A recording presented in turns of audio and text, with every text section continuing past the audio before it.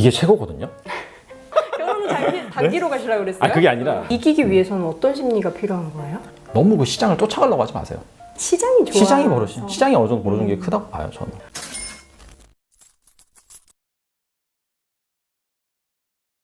장기 투자할 수 있는 종목 10가지를 여기 소개하셨던데 기준이 뭐였어요? 솔직히 말씀드려도 되나요? 네네네. 솔직하셔야죠. 출판사에서 실어달라고 해가지고 탈 안 날 그런 기업들을 잘 생각을 해서 제가 사례로 심긴 심었어요.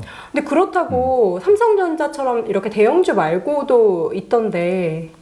그쵸, 뭐 그런 주식도 있는데 뭐 일단은 제가 이제 그 내용을 좀 말씀을 드리면 근데 이제 그런 걸 보는 게 아니라 더 중요한 거는 그런 걸 보는 거예요.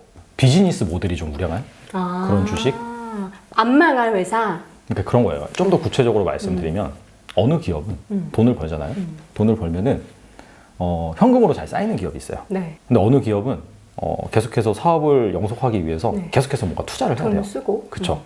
그래서 이제 그런 것들을 그 재무제표 상에서 보면 그 자산의 구조가 나오거든요. 네. 그래서 그 자산의 그 구조 추이를 잘 살펴보면 그 방금 말씀드린 그런 주식이 있어요. 그냥 어떤 기업은 돈을 벌어서 계속해서 현금으로 쌓아요. 현금으로 쌓고 그러다 보니까 자산 중에서 뭐가 제일 많냐면 무형자산이 제일 많은 거예요. 무형자산 뭐지? 라고 해서 봤더니 그게 뭐냐면 그 M&A를 할 때 기업을 인수할 때 그 기업의 장부 가격보다 더 높은 값을 지불하면 그 차익이 있죠. 그게 그냥 영업권으로 잡히거든요.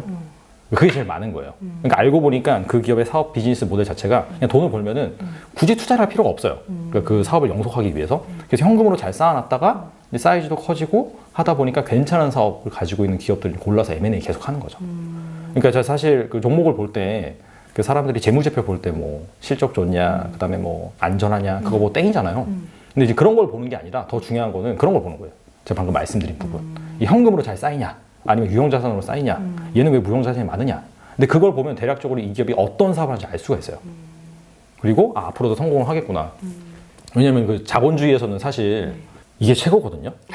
그러니까 이게 그냥 개인적으로 돈이 좋다 이런 게 아니라 돈 많은 기업이 살아남을 가능성이 많아요. 뭘 해도 하잖아요. 왜냐면 코로나 같은 거 와서 뭐 팬데믹이 와도 버티죠. 그러면 버티죠. 그러면은 못 버티는 애들은 뭐 이렇게 뭐 구제금융 신청한다든지 망하고 하면은 인수를 할 수가 있어요. 싼 값에 그런 기업들이. 그래서 시장이 살아나면은 그때 이제 성장을 하는 거죠. 그러니까 자기가 그러니까 뭐 예를 들어서 뭐 A 기업이 뭐 엄청나게 사업을 잘해요. 뭐 삼성전자나 이런 반도체 쪽이 잘하죠. 근데 삼성전자가 못하는 영역도 분명히 있어요. 그러니까 자기가 아무리 시도를 해도 안 되는 영역이 있단 말이에요. 그거는 돈이 많으면 사오면 돼요.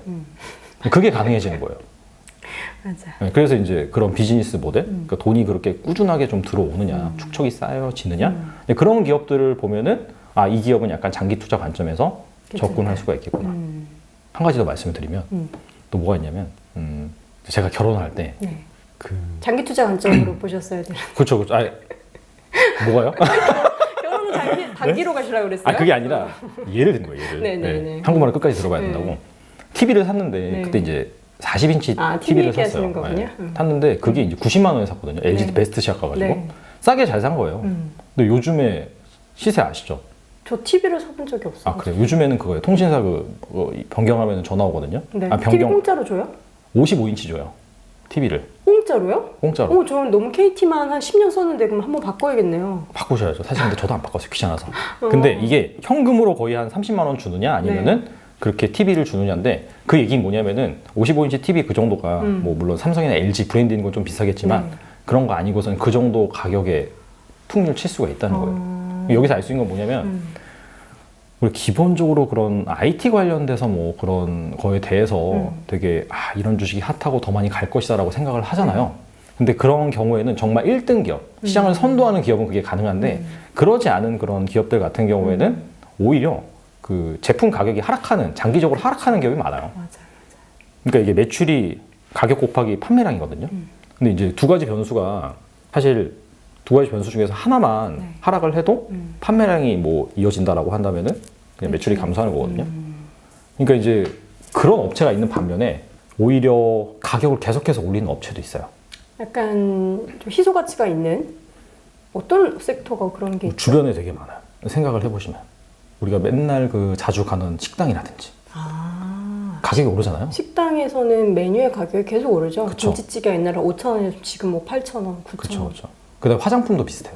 화장품 가격도 계속 네, 그것도 약간 좀 오르겠어요. 그러니까 이게 똑같은 A라는 제품의 가격이 계속해서 오른다라기보다도 전반적으로 구성을 바꾸면서 뭐 용량을 좀 줄일 수도 있고 아니면은 약간 신제품을 내놓을 수도 있고 그러면서 전반적인 그런 평균 가격을 생필품 가격이 계속 오르네요. 생각해보니까. 전반적으로 그래요. 네. 장바구니 물가 계속 올라가고. 진짜 그러네요. 생각해보니. 제 개인적인 생각으로는 개인분들이 사실 뭐 IT 이런 분야 잘 모르잖아요. 저도 뭐 사실 잘 몰라요. 열심히 공부하긴 하는데 어떻게 될지도 잘 모르겠고. 그런데 방금 말씀드린 그런 부분은 우리 일상생활에서 쉽게 접할 수 있는 부분이고 체크가 가능한 부분이기 때문에 장기적으로 접근하신다라고 하면 오히려 내가 모르는 뭐 무슨 뭐 첨단 기술 분야의 뭐 디스플레이, 뭐 OLED도 있고 뭐 QLED도 있고 막 그런 거보다도 이런 게 날 수 있다는 거죠. 그러네요. 전반적으로 봤을 때는. 정말 필수적으로 쓸 수밖에 없고 수요는 계속해서 유지가 되는데 가격은 계속 오를 수 있는 그런 관련된 분야, 우리가 이제 생활 속에서 찾을 수 있는 섹터들이 굉장히 많네요. 보니까 맞아요. 예전에 10년 전에 우리가 무언가 살 때와 지금 살 때 가격을 그냥 단순 비교만 하더라도 엄청나게 높아지는 걸 확인해 볼 수 있으니까 여기서도 이제 투자의 팁을 얻어보실 수 있을 것 같아요. 지금 그래서 장기적으로 투자할 수 있는 종목 10종목은 여기 책에 있으니까 확인해 보시길 바라겠고요. 강의 되게 오래 해 오셨죠? 네. 강의 하시면서 그 수강생 분들한테 어떤 질문 혹시 가장 많이 받으세요? 사실 종목 얘기가 제일 많죠. 그렇죠. 그런 거 하지 말라고 하는데. 제가 뭐 갖고 있는데요. 맞아요. 뭐 이거 뭐 많이 올랐는데 지금 사도 돼요. 막 이런 거 많이 물어보시죠. 어떻게 대답하세요?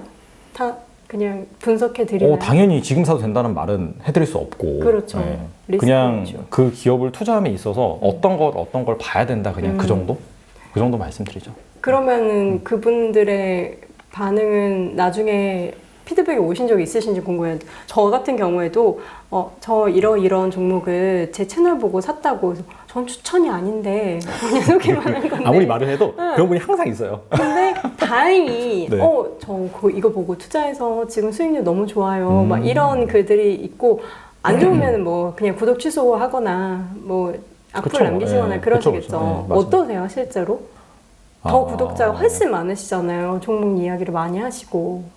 그렇죠. 근데 벌었단 분도 되게 많이 계세요. 아 그래요? 네, 제 채널 보고. 근데 이제 저는 그렇게 생각해요. 솔직히 말씀드리면 이거는 시장이 좋아요. 시장이 어느 정도 벌어준 게 크다고 봐요, 저는. 이 시장이 저는 그래서 굉장히 우리 초보 개인 투자자분들이 오해를 많이 하실 것 같아요. 그런 생각을 우리 달란트 투자님께서도 채널을 통해서 많이 얘기하실 거예요. 그러니까 돈만 넣으면은 올해는 그냥 다 웬만하면 수익을 봤으니까. 근데 앞으로는 사실 그렇지 않고 차별적인 움직임이 분명히 있을 거란 말이죠. 그렇죠. 근데 그거에 대해서는 우리 개인 투자자분들이 어떻게 생각을 해야 될까요? 어떻게 공부를 이걸로 해야 되는 건가요? 당연히 이걸로 해도 되고요. 네네. 그 다음에 일단은 그게 그런 것 같아요. 저도 이제 2007년도인가? 그때 2006년도인가 7년도인가? 그때 막 펀드를 사실 먼저 시작했어요. 네.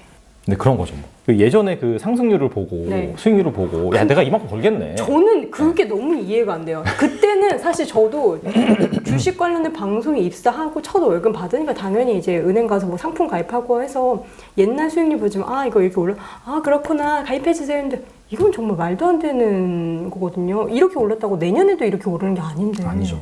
너무 잘못된 건데. 근데 뭐 거기에 이게 이제 앞으로도 지속이 될 것이다라고 얘기한 적도 없고 우리가 그렇게 믿은 거니까 사실 그러니까. 뭐 할 말은 없긴 한데 네. 그러니까 이제 지금도 어떻게 보면 최근에 주식을 시작하신 분들 같은 경우에는 뭐 올해 많이 이제 벌었다라고 해서 그게 이제 앞으로도 지속이 될 거다라는 생각을 기본적으로 가질 수밖에 없거든요. 그러면 이제 야 이거 내가 좀만 하면 이제 그냥 일 안 해도 되겠네. 약간 그런 생각을 가질 수가 있어요. 근데 그거는 제가 봤을 때 절대 아니다. 절대 안 돼요, 정말.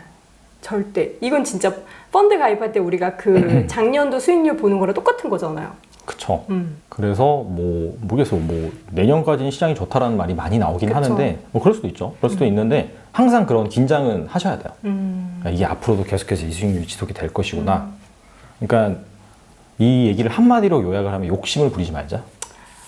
지금 올해 뭐 넣었다 하면 그냥 뭐 30% 50% 수익 났다고 해서 내년에도 내가 이런 종목들에 대해서 물론 너무나 좋은 종목이 있지만 시장에서 그러한 상승이 나타나지 않을 수도 있다는 것은 늘 염두를 해 두셔야 됩니다. 그리고 정말 지금도 혹시 저는 최근에는 뭐 펀드 쪽 가입한 적 한 번도 없는데 지금도 혹시 은행 가면은 과거 수익률 비교하면서 펀드 가입 권유하나요? 저 은행 가서 펀드 가입을 해본 지가 엄청 13, 아니, 그때도 그냥 증권사가 됐어요. 은행 가서 가입한 적 한 번도 그래요? 없어가지고. 네. 저는 3개월 만에 그 회사 바로 앞에 있는 은행 가서 가입했다가 이건 아니구나 싶어서 3개월 만에 바로 해지하고 그냥 바로 제가 주식 투자했거든요. 만약에 그렇게 권하시는 분들에게는 분명한 뷰를 제시해달라고 한번 이야기를 하시고 그리고 나서 펀드를 가입할지 하지 않을지 여부를 생각해 보시면 좋을 것 같아요. 자, 주식 관련한 에피소드를 조금 더 들어볼게요. 지금까지 수익 가장 많이 내셨던 경험. 계속 쌓아두시는 아니, 저도 이제 거죠? 평균적으로는 그 단기적으로 접근하는 것도 있고, 그다음에 약간 중장기로 접근하는 것도 있는데, 보통 한 길어봤자 한 2, 3년? 2, 3년 안에는 하는 거, 처분을 하는 거 같아요. 한 종목 가지고 2, 3년 정도 끌고 간다? 그 정도 가는 경우도 있고, 아니면은 뭐 단기적으로 한 몇 개월 그렇게 이제 하는 경우도 있고, 네. 앞서 말씀드린 것처럼 제가 이것저것 시도를 많이 해보는 편이긴 하거든요. 나한테 뭐가 제일 맞는지를 지금 계속 찾고 계시는 거군요. 그런 것도 있고, 제가 아무래도 좀 이런 가르치다 보니까. 저는 사실 주식 매매나 뭐 그런 거를 막 이렇게 막 하는 그런 거보다도 저는 사실 연구, 그다음에 컨텐츠 이런 거에 관심이 되게 많아요. 그래서 그런 거 다 테스트 해보는 거예요. 그게. 뭐를 어떻게 이 사람들이 이런 걸 하려면 이런 걸 알아야 된다라는 것을 탐구하기 위해서. 그렇죠. 이제 그런 차원에서도 좀 학습도 해보면서 그런 차원에서 투자도 하기도 하고. 그러면 하시면서 아 이거는 진짜 이거 잘못됐다 이렇게 하면 안 되는구나 했던 투자는 뭐였어요? 많이 있는데 그런 투자자들의 행위 그런 관점에서 보면 네. 뭐 그런 거죠. 뭐 사실 뭐 떨어질 때 파는 거. 근데 떨어질 때 무서워서 손절매 하는 것도 진짜 용기 있는 그러니까 그게 뭐냐면은 그게 다른 거예요. 그러니까 손절매라는 것 자체는 자기가 정한 지점이 있어요. 그게 뭐 이평선으로 정하든 아니면 뭐로 정하든 그런 게 있거든요. 거기 딱 깨지면 팔겠다. 근데 그렇게 해서 파는 건 괜찮아요. 근데 그 단기적인 투자자 관점에서 봤을 때는. 근데 그게 아니라 무서워서 그냥 파는 거. 어떻게 보면은 뭐 저도 그렇고 다른 투자님도 그렇고 하루에 관련된 컨텐츠를 만들기 위해서 그리고 그런 공부하기 위해서 적어도 몇 시간씩은 시장을 보잖아요. 근데 그렇지 않고 일반적으로 직장인분들 같은 경우에는 HTS가 아니고 MTS로 뭐 몇 번 낼 거 종목 확인하는 거 외에는 유튜브로 이렇게 보시는 거 정도밖에 공부를 안 하시는 분들이 많으세요. 근데 저는 그런 분들에게는 늘 집에 HTS 설치하고 관련해서 다트도 좀 들여다보고 이렇게 하는 게 좋다라고 얘기하는데 제가 맞게 얘기하고 있는 건가요? 그게 이제 주식이랑 그런 것 같아요. 100% 정답도 없고 100% 오답도 없거든요. 그것도 맞는 말씀이긴 한데 오히려 그게 해가 될 수도 있어요. 왜요? 그러니까 이를테면 맨날 시세를 보면은 사람이 그 시세에 휩쓸릴 수밖에 없거든요. 그쵸. 시장을 따라서 이제 이렇게 왔다 갔다 이게 그렇게 하면 내동매매로 이어질 네. 수가 있는데 그냥 그게 자기가 너무나 그런 부분에 있어서 약하다. 그런 분들은 당연히 장기 투자를 해야 되는 거고 그러면은 차라리 내가 이 HTS 나도 모르게 그냥 켜서 보고 있으면서 막 짜증이 나고 이런 분들 같은 경우에 차라리 지워버리는 게 나아요. 그쵸. 안 보고 그냥 안 보고 묻어두는 그냥 게. 그래 뭐 그냥 내년 이맘때 어차피 나는 장기 보고 장기 투자 관점에서 이거 한 거니까 내가 종목을 잘 골랐다라고 한다면 그러면은 오히려 잠깐 그런 거 안 보는 것도 도움이 된다. 근데 반대로 만약에 내가 단기 투자로 트레이딩을 한다라고 한다면은 더 이제 집중적으로 봐야겠죠. 그런 근데 거 그렇게 직장인분들은 해야겠죠. 사실 그러기 쉽지 쉽지 않으니까 않죠. 후자 지금 말씀하셨던 우리 다나는 투자님의 방법이 오히려 더 마음으로도 사실 머리를 평안하게 하는데도 더 도움이 될 것 같다라는 생각이 듭니다. 주식 투자에 있어서 그러면 투자를 할 때 무엇이 가장 중요하다라고 생각하는지 사실 종목만 잘 고른다고 주식 투자를 잘할 수 있는 건 아닌 것 같거든요. 아까 뭐 HTS를 아예 지워버린다는 그런 행동적인 부분도 말씀해 주셨는데 뭐가 제일 중요하다라고 생각할 수 있을까요? 저는 한 70%는 심리라고 봐요. 심리? 주식은. 네. 자기가 그 주식과의 그 밀당에서 지지 않아야 되거든요. 맨날 지는 것 같은데. 그러니까 이제 지면은 이제 오히려 안 보는 게 좋아요. 아, 그럼 이기기 위해서는 어떤 심리가 필요한 거예요? 그러니까 사람이 근데 본성이 그래요. 이게 막 이렇게 막 이리로 갔다 하는데 당연히 이제 보고 있으면 이리로 갔다 하거든요. 그러니까 이제 항상 그 복귀를 해야죠, 자기가. 반대로 행동해야겠다. 시장이랑 반대로 행동해야겠다. 모두 다 예스를 얘기할 때 나는 노. 그러니까 시장에서 막 이게 보면은 그 아시다시피 뭐 갑자기 폭락을 했어요. 네. 그럼 이제 그 뉴스가 그거와 관련된 안 좋은 뉴스만 나와요. 그쵸. 그 요인들을 막 쏟아내죠. 네, 그렇죠. 거기 그 논리에 맞춰야 되기 때문에 그렇거든요. 그러면은 무서워서 이제 더 떨어질 거니까 투자 못 하거든요. 근데 그럴 때 오히려 이제 투자를 해야 되는 거고 그쵸. 반대로 이제 막 올라서 막 환호하고. 걸었다 하고 그때부터 이제 조심해야 되는 거죠. 뭐 비중을 지금이 좀 그렇잖아요. 줄인다든지. 2,600 넘고. 그래서 그 심리적인 요인을 최대한 커버를 할 수 있는 게 자기가 공부를 하는 거예요. 그러니까 뭐 시장에 대한 공부도 될 수 있고 아니면 내가 개별 종목을 투자를 하는데 그 개별 종목에 대한 공부를 할 수가 있고 내가 그 투자 대상을 얼마나 잘 아느냐에 따라서 좀 지켜지죠. 그런 심리 같은 게 어느 정도. 나는 그냥 달란트 투자님이 분석하는 것만 봐도 괜찮을 것 같은데? 라고 만약에 구독자분들이 그렇게 얘기하시면 네. 그래도 된다라고 자신있게 말씀하세요. 자신 있게 말할 수 없죠, 당연히. 그러니까 이게 그러니까 그런 것도 있어요. 그러니까 누군가의 얘기를 들어서 투자하잖아요. 그럼 생각보다 별로 물론 좋을 수도 있지만 좋지 않을 가능성이 높아요. 왜냐하면 그런 거죠. 왜냐하면 이게 괜찮은 기업이에요. 한 몇 년에 주가가 이만큼까지 갔어요. 근데 그 과정을 아시잖아요. 이렇잖아요. 그쵸. 이렇게 될 때 그 확신이 없어져요. 왜냐면은 내가 분석해서 뭐 내가 알아봐서 투자한 종목이 아니라 그냥 남이 괜찮대. 근데 그러면은 이런 상황이 오잖아요. 아, 그 사람만 틀렸네. 그러면서 그때 이제 손절하고 나가는 거죠. 그쵸. 못 버티죠. 그러니까 그게 심리거든요. 어떻게 보면은.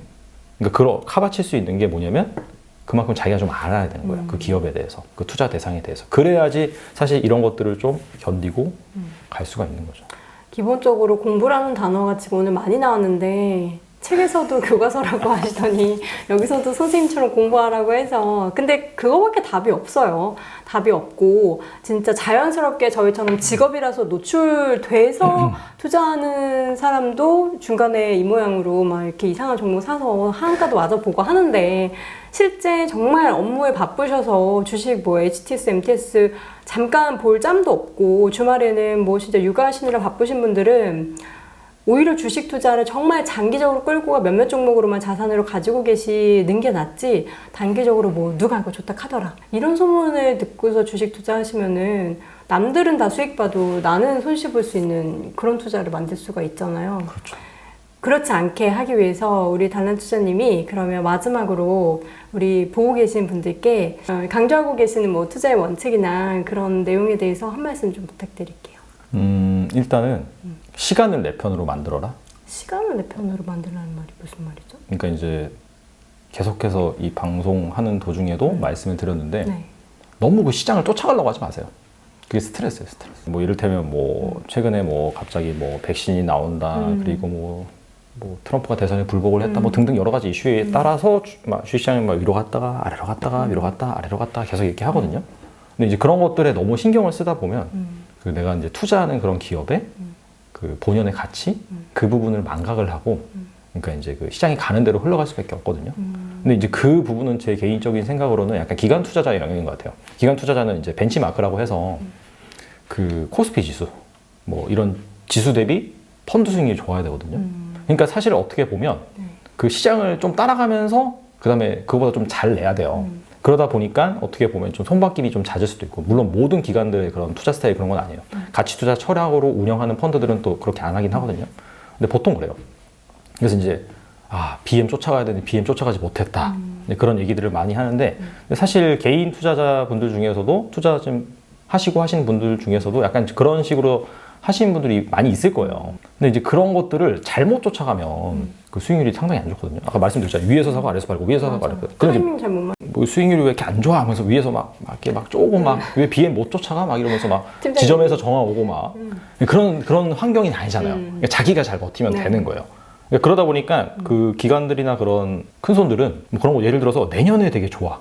좋을 것 같지 않은데 그 주식을 지금 안 사요.